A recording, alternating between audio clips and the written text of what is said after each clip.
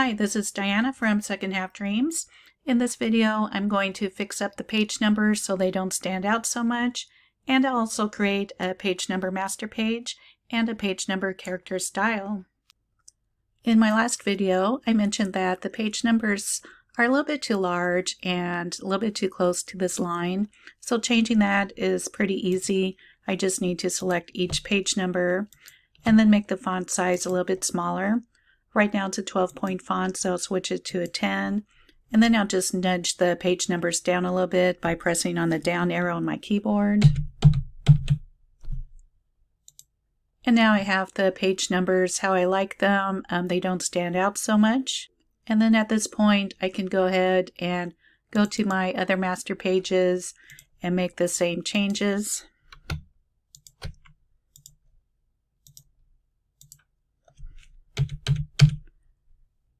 And making these changes really doesn't take that long if there's just a few sets of master pages.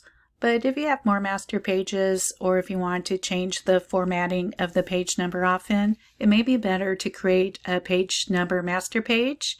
This way, if you do want to make changes, you would only have to do that on the master page. So I'm going to go ahead and make a page number master page really quick. So I'm just going to go back to the channel page and make a copy of it. And then I'll rename the master page page numbers.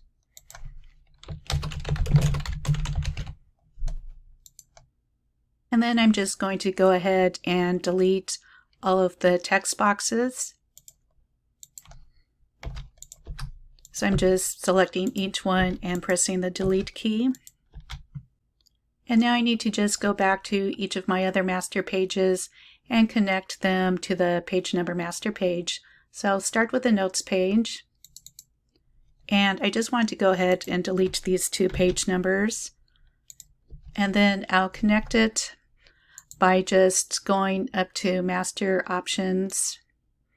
And then here where it says based on master none, I'm just going to change that to page numbers.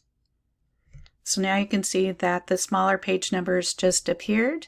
So I'll go ahead and make those same changes on the channel questions page. And then again, I'm going to master options and then changing the based on master from none to page numbers. And you can see now that an E appears on the master page for each one that I changed. So that shows that it is connected to this page numbers master page. And then I'll just go ahead and change the video planning page really quick.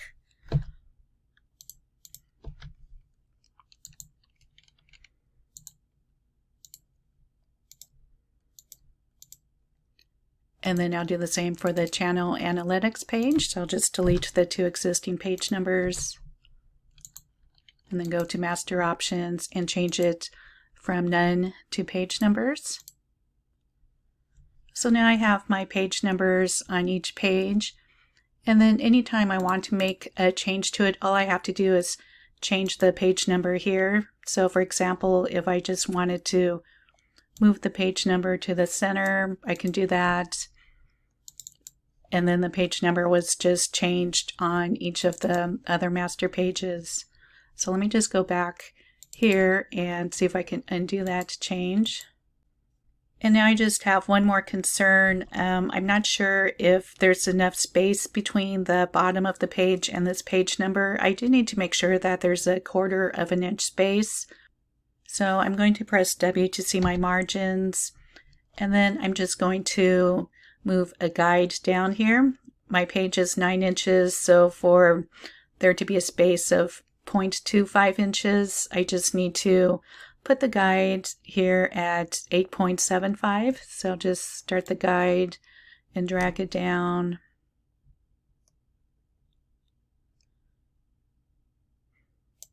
Okay, so I have it at 8.75. And my page number is all right. It's on top of the line, or the guide, so I'm good on that. And so now I have my page numbers fixed up, and I think I'll just do one more quick change is to make a character style out of it. This way, if I want to change the font later, it'll just be nice and easy. So I'm going to just click on it, then click here for create new style, and then I'll call it page numbers.